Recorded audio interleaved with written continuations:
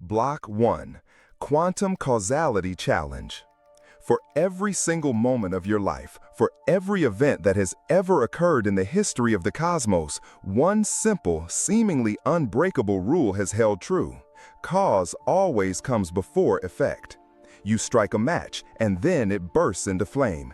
A star collapses under its own gravity, and then a supernova explodes across the galaxy. You hear the thunderclap only after you see the lightning flash. This fundamental principle, known as causality, is more than just common sense. It is the bedrock upon which all of classical physics is built.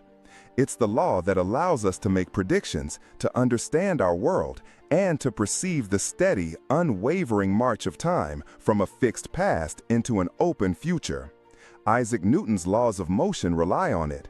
Einstein's theory of relativity is woven around it.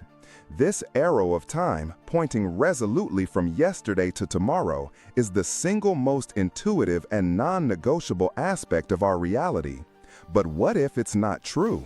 What if, in the deepest, strangest corners of existence, the universe plays by a different set of rules? What if an effect could, in some bizarre way, reach back and define its own cause? Welcome to the quantum realm, a place where the very foundations of reality begin to crumble, and where a single mind-bending experiment is threatening to shatter everything we thought we knew about the past, present, and future. This isn't a story about building a time machine and visiting the dinosaurs. It's something far more profound and unsettling. It's about reevaluating whether the past is truly in the books or if it remains a ghostly sketch waiting for the future to fill in the details. To understand this monumental challenge to reality, we have to start with the most famous and baffling experiment in all of physics, the double-slit experiment. Imagine firing a single particle, like a photon of light, at a barrier with two vertical slits in it. Behind the barrier is a screen that records where the photon lands. If you cover one slit, the photons that get through pile up in a single band right behind the open slit. Simple enough. If you open the other slit and cover the first, you get a band behind that one. But if you open both slits, logic dictates you should get two distinct bands. Instead, you get something impossible. You get a pattern of many bands, an interference pattern. This is the signature behavior of a wave. A wave can pass through both slits at once, interfering with itself to create peaks and troughs. This means the single photon somehow went through both slits simultaneously, behaving like a wave. Here's where it gets weird. The moment you try to find out which slit the photon went through by placing a tiny detector at one of the slits, the interference pattern vanishes. Instantly, you're back to two simple bands. It's as if the particle knew it was being watched. The very act of observing its path forced it to choose a single slit. The particle then solidifies and travels through only that one slit. This wave-particle duality is a cornerstone of quantum mechanics. An unobserved quantum system exists in a superposition of all possible states at once, a cloud of probabilities. Observation forces it to collapse into a single definite reality. For decades, this was strange enough. But then, in the late 1970s, the legendary physicist John Archibald Wheeler asked a question so audacious it sounded like a riddle. What if we delay the choice? What if we decide whether or not to observe the photon's path after it has already passed through the slits? This is the delayed choice thought experiment, and it is a direct assault on the arrow of time. Picture the setup again. A photon is fired. It travels towards the barrier with two slits. It passes through. At this point, it has, according to our classical intuition, already committed. It either went through the left slit, the right slit, or it went through both as a wave. Its past is set. But now, well after the photon has cleared the barrier, we make a choice. In one scenario, we do nothing. We let the photon continue on to a photographic plate at the back. In this case, as expected, we find an interference pattern. The photon acted like a wave and went through both slits. In the second scenario, just a nanosecond before the photon hits the back wall, we make a different choice. We suddenly slide a special detector into place, a sophisticated system of lenses that can capture the light in a way that reveals which path it came from. The choice is made in the present, but the event it's meant to influence is already in the past. Logically, this shouldn't change anything. The photon's journey through the slits is over. Yet, the results are staggering. When we choose to deploy the which path detector, the interference pattern disappears. The photon is found to have come from a single definite path. It behaved like a particle. Let that sink in. A decision made appears to have reached back in time and dictated the nature of an event that had. If we choose to look for a particle, the universe shows us a history where the photon acted as a particle. If we choose to look for a wave, the universe shows us a history where the photon acted as a wave. The past isn't a fixed concrete thing. It seems to be a shimmering, undefined quantum state that only solidifies based on the questions we ask of it in the future. Wheeler himself described this beautifully, suggesting that we are not merely observers of the universe, but participants. He said, "We have a strange illusion that we are just spectators, but we are shaping what is happening. This isn't about altering a known past. It's about the past not even being fully real until it is observed from the future." For years, this was a mind-bending thought experiment, a philosophical puzzle to keep physicists awake at night. But technology has a way of catching up with imagination. Scientists are no longer just thinking about this experiment, they are building it. And the results they are finding are not just confirming Wheeler's strange predictions, they are forcing us to confront a reality where the line between cause and effect is terrifyingly, beautifully, and irrevocably blurred. Rewriting reality. Rewriting reality. Implications. John Wheeler's delayed choice experiment was once a theoretical curiosity, a clever puzzle designed to push the logic of quantum mechanics to its breaking point.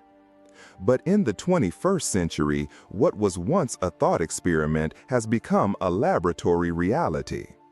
Teams of scientists around the world have successfully implemented versions of this experiment, and the results are consistently, shockingly in line with Wheeler's predictions. One of the most elegant examples came from a team at the Australian National University. Instead of photons, they used single helium atoms. They created a setup that acted like a crossroads for the atom. The atom could either travel along one path or, through quantum weirdness, travel along two paths at once, like a wave. The crucial part was the final measurement. Long after the atom had passed this crossroads, this point of no return, the experimenters would make a random choice. They could either measure it in a way that revealed which single path it took, forcing it to be a particle, or they could recombine the paths and measure it in a way that would show an interference pattern, revealing it had been a wave.